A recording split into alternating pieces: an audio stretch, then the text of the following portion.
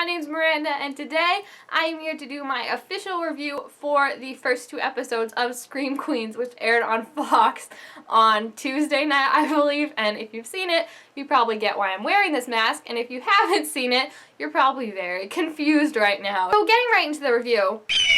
Wait, what was that?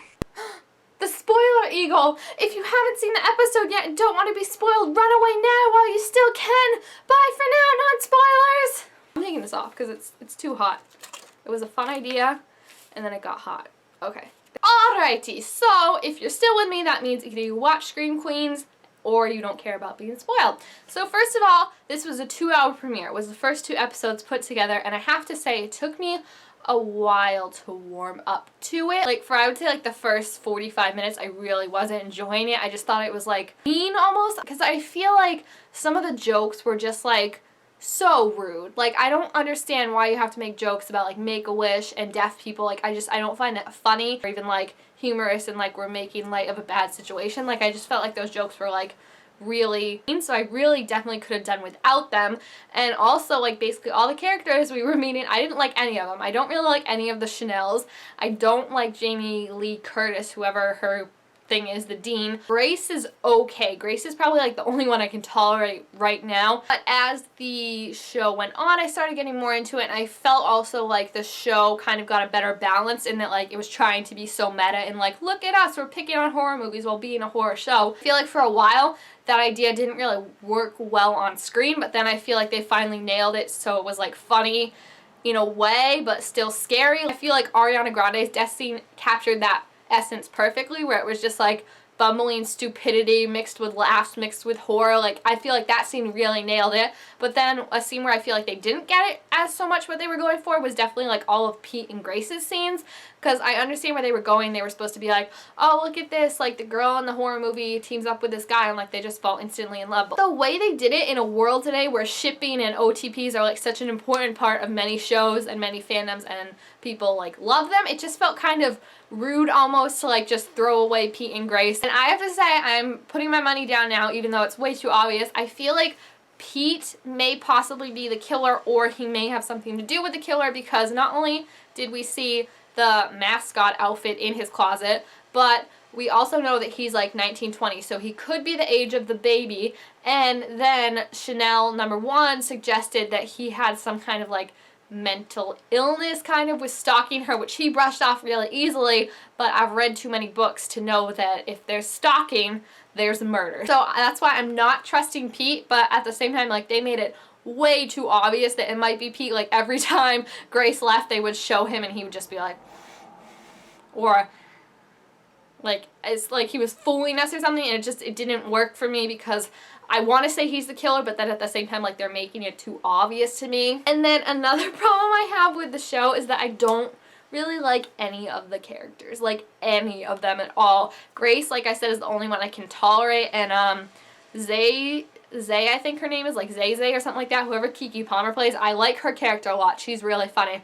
But the rest of them, I just feel they're all narcissistic assholes. Honestly, I don't root for any of them, and I don't know, maybe we're not supposed to or something like that. Maybe we want them all to die, but for me, it's I at least like to have one hero protagonist that I know is the good guy and know has their heart in the right place, and I just don't see that in this one. But then at the same time, it also had some really great twists and some really good things that I didn't see coming. I feel Ariana Grande has Chanel #2. Her death scene, like I said, was very well done.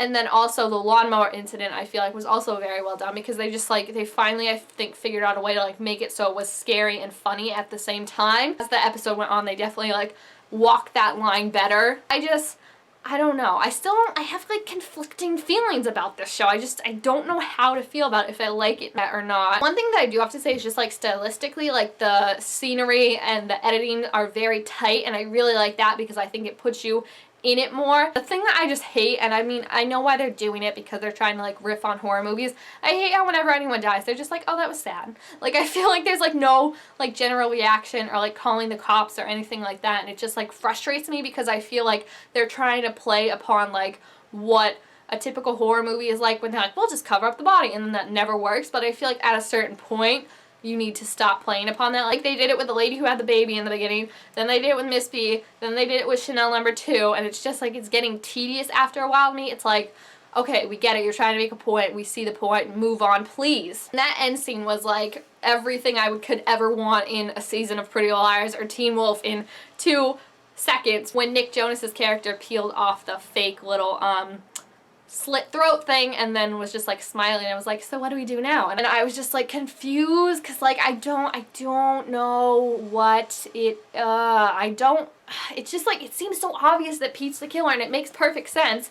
It's just, I don't know. It's seeming like they're trying to make Grace the baby in the beginning, but that doesn't make any sense unless they lied about her age, because that baby would be 19 going on 20. There is no way in 2015 that baby would be 18 like Grace is, so unless her dad is lying to her about her age, I think her mom was either someone we haven't met yet, or I think her mom was the one who was holding the baby after the girl died. That's who I think her mom is, but I'm not positive. And like I said, I just feel like we need better character development, because I can see what they're trying to do, but at the same time, like, I want actual real characters, not just like stereotypes of other characters. So like Jamie Lee Curtis's character, I do not like at all. All her scenes just felt really weird. The only one that I like actually kind of feel like maybe hinted at something was when she was hooking up with that student and she said something about like mommy issues. I feel like that might be a clue as to who the killer is, and it also kind of lends credibility to the Pete theory, because it's maybe a hint at the person who is doing this is doing it because their mother was killed by the sorority. I feel like that may have been a hint that like this is the killer's motive, is mommy issues. Maybe it is even going to be so obvious as to be that guy that basically she said had mommy issues, and then he's like, oh, I probably got him from my mom. Maybe it is going to turn out to be him, because I feel like it's just too obvious to be Pete right now, even though I wouldn't be surprised if Pete was at least involved in it somehow. That was another scene that I really liked though, which I feel like they nailed like the tone they were going for when he said he was going to break into the office, and then he just like, you think he's going to like pick the lock or something like that, and then instead he just like drills a hole in it and then tries to put his hand in it, and then the glass just breaks anyway. I was like, see, that's where they actually hit the tone they were going for. I'm still not entirely sold. Like, I want to know who the killer is, so I'll probably watch this season just to see that, but I don't care about the characters right now, and that makes all the deaths that are going to happen a little less meaningful, because nothing's really going to shock me or make me like angry or anything like that. So I'm definitely interested to see what happens next, but like I said, I still have some mixed feelings on the show itself. So if you have watched Scream Queens, please feel free to leave what you thought of it down below in the comment section, and also leave your theory for who the killer is, because right now I'm going with Pete or that guy that Jamie Lee Curtis's character was hooking up with, because I feel like one of those two, even though Pete's just so obvious. So, and how does Nick Jonas figure into, oh, I don't know. So thank you guys all so much for watching. Make sure to give this video a thumbs up if you want to see more, and as always, leave any other TV shows you'd be interested in seeing me review down below in the comments, and maybe I'll check them out. Don't forget to subscribe to my channel to be told when I make all sorts of new videos. Thank you guys all so much for watching, and I will see you next time. Bye!